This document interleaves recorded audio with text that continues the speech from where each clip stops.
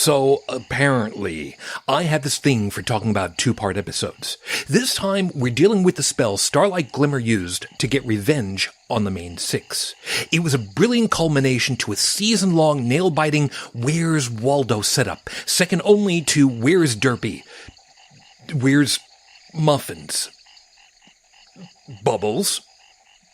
Mailmare? Whatever. We're talking about it because, as usual, I have a hunch that Starlight's time spell was not what she thought it was.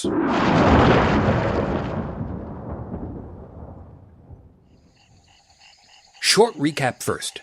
After the main six and the residents of our town beat Starlight Glimmer, she escaped into the mountain's caverns, possibly to be lost forever.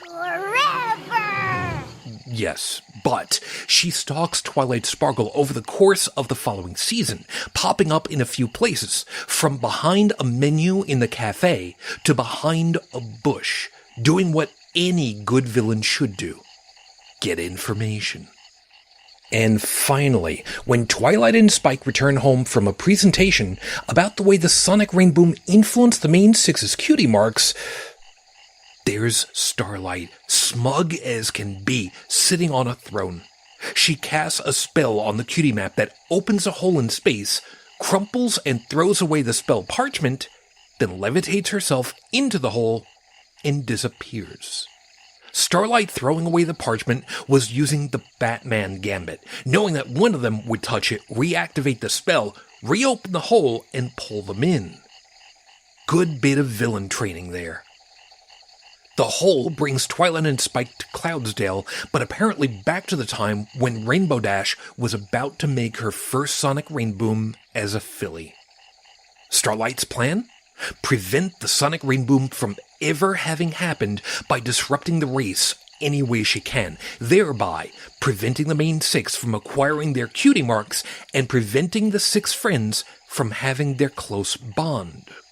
Each time Starlight does this, Twilight and Spike get ripped back to their starting point, at the cutie map in the present, and they see what possible historical outcomes might have been, each getting progressively worse, until we see Equestria as a dust bowl, utterly devoid of life.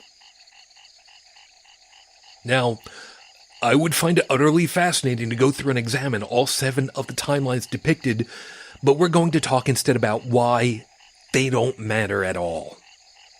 Time is a dimension that goes ever forward for everyone. As the old joke goes, we're all time travelers sliding into the future at a speed of 1 second per second. Discussing time travel as anything but wibbly-wobbly timey-wimey will not be easy. To that end, I want you to picture time as a string. It has one end that's knotted at the beginning of a universe and unspools from an uncertain point in the future. Got that concept now? Good. The first problem we run into is the idea of temporal paradox, meaning an event that contradicts how history has already unfolded. This is usually typified with the grandfather paradox, which goes a little something like this. If you travel back in time to meet your grandfather, and you kill him before your father was born, you would no longer exist. But if your father died before you were born, preventing you from being born, you could not have traveled back in time to kill your grandfather, so you could be born to go back in time to kill your grandfather. Yeah, it gets messy real fast. One possibility that would prevent that paradox from happening, and my personal favorite, is the parallel timeline idea. In the TV series Sliders, a group of people slide from one timeline to another sideways or parallel in time, meaning at the same point in time, but where history played out differently from what they experienced. None of those timelines are wrong, just different from each other, sometimes in massive ways, sometimes in imperceptible ways. For this idea to work, imagine that every time something happens, a new timeline splits off for each possibility, like we're pulling a part of the string off and sending it in a new direction. did those two quarks bond together? One timeline for yes, one for no, one for they spontaneously evaporated, etc., etc., ad nauseum. Until a near infinite number of equally valid timeline strings have generated from that single point in the main timeline. But each of those timelines is its own universe, just as valid as our own, with new parallel timelines splitting off from them as well, a near infinite number of them. So if you go back in time to kill your grandfather, you might simply shift into a new timeline where someone killed your grandfather, but you will continue to exist, because you're not from the timeline that you now find yourself in. So your existence there is not a paradox. Yes, you killed your grandfather, but in the timeline you're now following, that's how it had always been. Which, by the way, is a pet idea of mine for what caused our universe.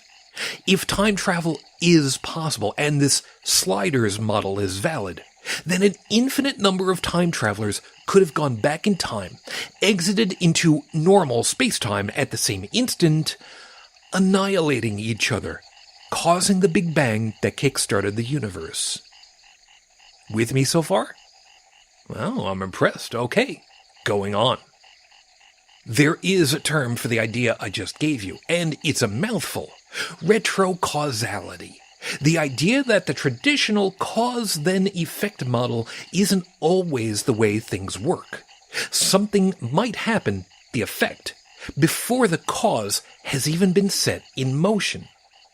I want you to take the thread idea and now apply it to a single pony, in this case, Twilight. Suddenly appearing in the Golden Oaks library is herself from the future. Present-day Twilight briefly interacts with future-day Twilight, who then disappears, presumably to return to the future next Tuesday. So now the effect happens. Twilight goes into emergency mode, causing her own accidents, turning herself, aka present-day Twilight, into future-day Twilight. At this point, her timeline thread is still a straight line. And then, in the Kennerlot library, she adds the kink in her own time thread. She loops backwards, connecting to herself at the Golden Oaks library, where there are now 2 Twilight threads.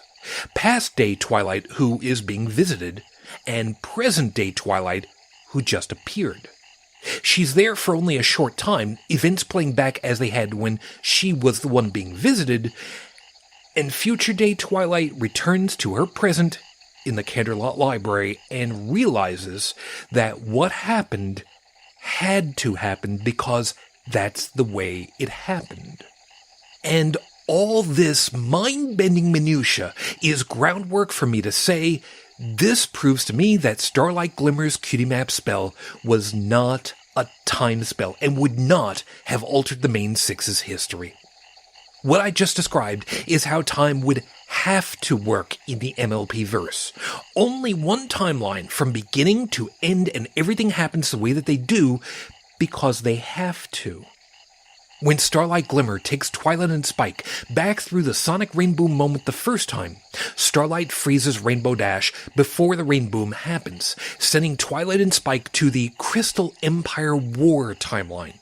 But when they go back in time to Cloudsdale, things have changed. Starlight is teaching the bullies not to be bullies.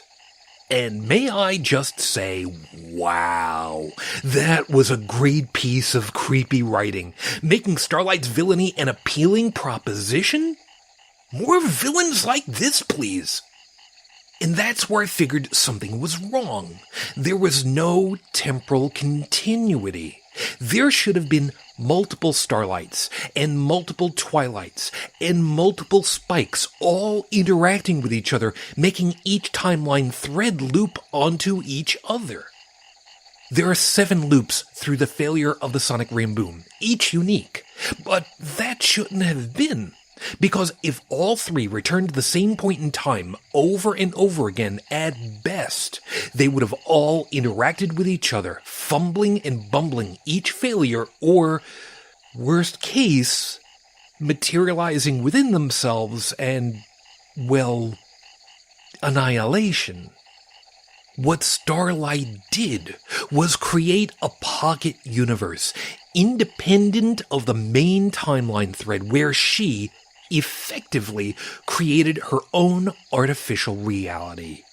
Every time Twilight and Spike came back, Starlight was also pulled back to meet them, and it was like shaking a giant Etch-a-Sketch, resetting the universe for Starlight to screw around with. That means that if Starlight had ripped the parchment and it couldn't be put back together again, they'd have all been trapped in the pocket universe forever. Also meaning that Starlight failed in her wish without realizing it. Actual history was never changed. And all that would have happened was that Starlight would live out her days yet again in a world of her own creation, cut off from reality. And Equestria as we know it would likely never hear from Twilight Sparkle, Spike, or Starlight Glimmer ever again. If you've got a topic that you'd like me to investigate, please leave a comment and I'll consider it because, as you know, I'll have a hunch about that for you. As always, until next time, safe travels every pony. I wish you well. And may Luna watch over you.